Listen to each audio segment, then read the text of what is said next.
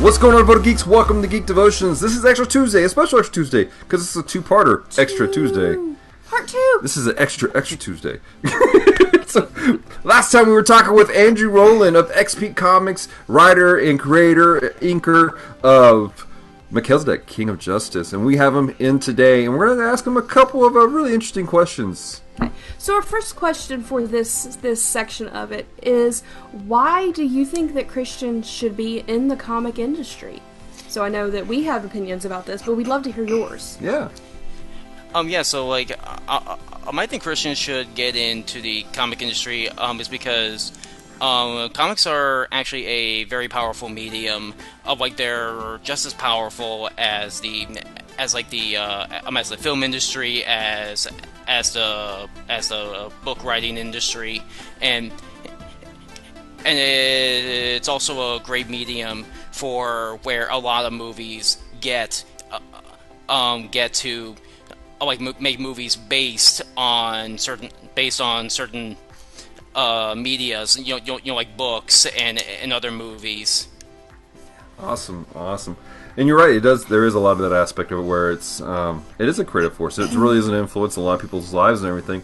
How have you seen a change in that with the Christian mindset in comic books? Unfortunately, I do not think it has really changed at all. Where the major issue with the Christian comic industry is that a lot of times they're more focused on the message rather than just telling a good story, and because of that, it actually weakens the story a lot more, and the general audience, including the secular audience that you're trying to reach. It always comes across like it's like a PSA commercial. Oh, yeah. Or if it's like a chick track where it's just a testimonial on a comics page rather than like an actual story. Oh, okay. And I've always wondered, how come we haven't brought back, like the C.S. Lewis and like the J.R.R. Tolkien style of writing, where you use fiction to give out like the same, to tell the same messages that we always tell people. You can always look up on J.R.R. Tolkien and all the meanings of the Hobbit, and they're always about for example, Bilbo Baggins himself is an extension of ourselves. That way, we always like to stay in our comfort zones. We never want to go outside. We never want to go outside of our comfort zones. Whether physically or spiritually. That way, we never want to face anything that could threaten our comfort zones. Right. Absolutely. That's a great word there too, man. About what we brought back the storytellers, that concept of being a great storyteller, like C.S. Lewis and Tolkien, like you just said, bringing the illusions of Christianity and telling the story of Jesus, not necessarily just the frank, blunt way, but telling a story, allowing it to seep into society. I think it would change a lot of people's lives and possibly the world even. Possibly. With my Melchizedek story, I never wrote Melchizedek as a story that will be the story that will turn people to Christ. But it'll be a story that will give secular people to think about giving Christianity like a second glance, or to be put into like a better light, so that they can actually do the research. So you bring up a good point about the fact that the Christian comic industry has not been the greatest. You have people like our friend Ben Avery from Strangers and Aliens, and Evan, who's also from Strangers and Aliens, doing some really great work in art and storytelling. And you obviously are trying to bring into that same concept of being able to tell a story and point people to Jesus. But how can somebody reach out into the mainstream? What advice do you give to creators who are like, you know what, I'm trying to break out too, just like you are? What advice would you give to people? Well, that's actually that's a very hard question to answer because it is actually extremely hard for Christians to get into the mainstream. Because like if you look at the comics world in general, like to the general public, like Christian comics barely exist. They're not even there. Where I've been to the I had a booth at the Indiana Comic-Con this year, and there was these group of I think college age kids, maybe like freshmen, and when they saw our booth, one of them was like, "Oh wow, like some Christian comics, like you guys are really underrepresented in the comics world, and it's really true, because most people when they think of Christian comics or Christian superheroes, they think of Bible Man, right? The very very childish and cheesy, always like remember kids, John 3:16. And probably the most secular people, they get really turned off by that. So that when they see something Christian, it's almost like it's almost like a it's not like a PTSD, but. But they think of Bible Man, and they automatically assume like it's not going to be written very well. The characters are going to be boring. Like the dialogue is going to be really dumb. Like we're pretty much. It's like the rest of the world has gone to where they are now, and the Christian comics are like stuck in like the golden age, right? Stan Lee once told this story where he was talking to like the chief editor, and Stan Lee was like just a editor, and his chief editor, and when he showed the story that he wrote, the chief editor was like, "Don't bother me with characterization, don't bother me with dialogue, just get a lot of action scenes. That's what the readers want." And the Christian comics are in this mindset that there needs to be testimonials. There needs to be a whole bunch of like Bible verse references, and I know like a lot, and I know a lot of these Christian superhero characters, where I've mentioned in the last video, is that they're all like the exact same character, just with different costume designs. They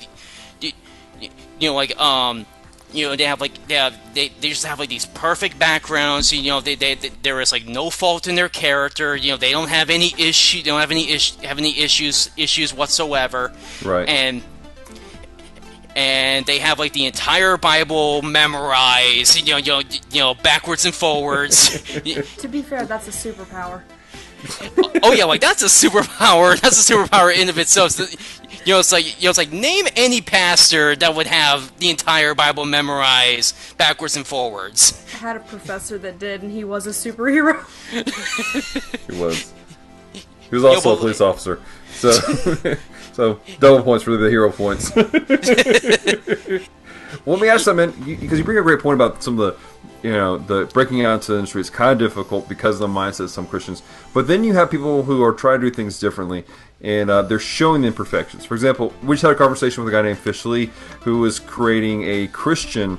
Well, he's a Christian, but he's creating a comic book about having Tourette's, called Tourette's Life. He has Tourette's himself, and he struggles a lot with it. But he's a phenomenal artist and everything, and he's trying to put himself out. So, what have you personally done to try to get out into the mainstream? And working to, because I mean, your character, he's a great character, but he is imperfect, which is one of the reasons why I enjoy your character. So what, besides the how you write your story, what are you doing in the practical sense to try to get out there in the mainstream? There's even not a lot to do other than like social media, which that could also like get you so far. I know I'm not in the total. I'm not out there in the mainstream yet. But that's why I'm trying to do all these podcast interviews. To get myself out there and have everyone be aware. Right. Be aware of its existence. You like trying to figure out where your audience is. I posted up on Webtoons. I posted up on Smack Jeeves. And that hasn't been working, because no one's reading it. So I try to post it, everywhere. Right. You don't have to post your entire series. Because you gotta like create incentives, for people to buy the comic and read more. Sure. I even once considered like trying to sell the comic, like in Christian bookstores, but I've heard stories. Oh yeah. Where like a lot of Christian bookstores don't really want Christian superhero comics, because they fear that it's sort of like that because they're so Messiah-like that they would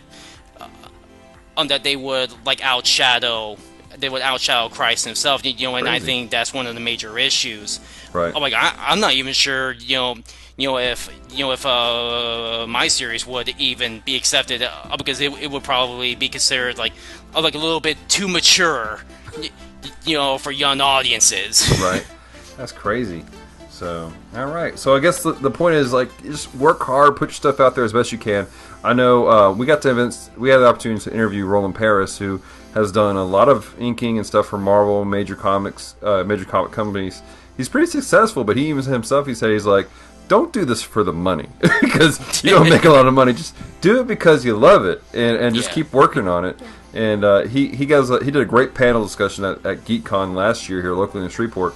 And he was talking about some stuff, and him, the other artist, is like, it's a hard industry to be in. Yeah. But keep working, keep putting your stuff out there, submit your artwork to major companies, go to cons and, like, ask the professionals their opinion, put on some thick skin, because they're going to tell you their opinion. Oh, yeah. Don't try to defend yourself, but just take their constructive criticism and grow from that. I know we had a friend of ours who, he did that, and he's grown leaps and bounds himself in the last year. So, and, but yeah, so that's kind of some of the thoughts we've seen behind all this. Yep. I'm going to do a cut here because I was choking on something. All right, man. Well, Andrew, do you got anything else to add to that conversation about getting into the mainstream? I always have I always have this one major rule when it comes to creating a Christian comic, and it's that never treat your audience like they're idiots or they're children. Yeah. Because that's one of the major issues with a lot of a Christian superhero stories is that they treat their audience like they're little children. Yeah. And that they don't know. Because even kids are a lot smarter than we think. And that's also one of the major turnoffs. When it comes to the secular audience, is that they feel like they're being talked down to, in their stories. But if you can make your characters more relatable, give them more of a personality, and the audience will actually enjoy them a lot more. Because like with Bible Man, obviously, he's meant for little kids, so Right. he gets kind of a pass. Yeah. But if you're trying to reach an older audience, you really don't have an excuse. You need to put in a little more mature themes. They don't have to be super adult. Right. But just make it but just make it like Where it doesn't feel. Is. Yeah, where it speaks to the audience and it doesn't feel cringy. Right. That's awesome. As they read it. Yeah. That's awesome of us. We actually just put out an article recently on our website about speaking to people where they're at and the importance of that. We just this couple weeks ago, I had the opportunity to go and visit a kids camp. We're the online community pastors at our church, and so our students were actually serving another church at a kids camp. And we went, the staff and I went down to check it out just to encourage our students and stuff like that. And I'm watching the service, and it's funny or I'd say it's funny, it's sad really. The kids pastor, she's having to deal with things such as alcoholism, prostitution, theft, all kinds of crazy stuff. And on the surface, you're like, there are 6-year-olds in this room. Why are we talking about this? But that kids are dealing with. That might be a little too much for 6-year-olds. Sure. If they were teenagers, then I would understand. Right, but this is the crazy thing though, is that these 6-year-olds come from an environment where that's a thing. Yeah. Like some of these 6-year-olds, their moms are prostitutes, and that's the only way they get food on the table. Yeah. And so that was the thing, is that this kids pastor, she's reaching them where they're at. And so it's knowing your audience, knowing who you're talking to, like you said. Bible Band was meant for little kids. But if you're talking to teenagers, you need to deal with teenager issues. If you're talking to adults, deal with adult issues. And you don't have to be crude about it. That's what I like about it, is your stuff. It's you're dealing with real life issues with people, but you're not being weird about it. You're not making it crude, but you're just speaking to in a very real way, in a Christian manner. And I feel like that's the thing that people get lost in, is they feel like Christianity, they're so weird about it that the comics get weird. But it's not that. It's just that we speak in uncommon ways, really. We're not weird. We're just a little uncommon. So, cool things, man. Well, Andrew, thanks so much for doing this show with us and giving us your insight into the comic book industry of Christian comics and maybe how you're trying to break out. I want to encourage everybody, if you want to be in touch with Andrew, or you want to help him break out, you're interested in Melchizedek, check out xp-comics.com and check out his website. Links will be in the description down below of this video and on our website, geekdevotions.com. Andrew, thank you so much for being part of the show. I do have one very important question for you. Earlier on our previous episode you said that you grew up Batman, Superman. This is the question of the year. Who wins, Batman or Superman? Superman. Oh, man. Okay. We'll have another conversation another day. Guys, check him out. Check out Andrew. He's a great guy. Check out also Andrew. The way we got connected with Andrew is Andrew and I were on another podcast with Victims and Villains where we actually talked about Batman Ninja. We'll have a description down below for you to check out that podcast also. And check out his thoughts on that whole thing. It was really quite interesting. Andrew, thanks so much for being part of the show. You got anything to say to the devoted geeks watching this right now? I guess all I can say is just make good stories and work on to create solid art, and I think you guys will do just fine. Awesome. So much, man. Thanks so much, man. Okay. Well, stay devoted. Peace and love.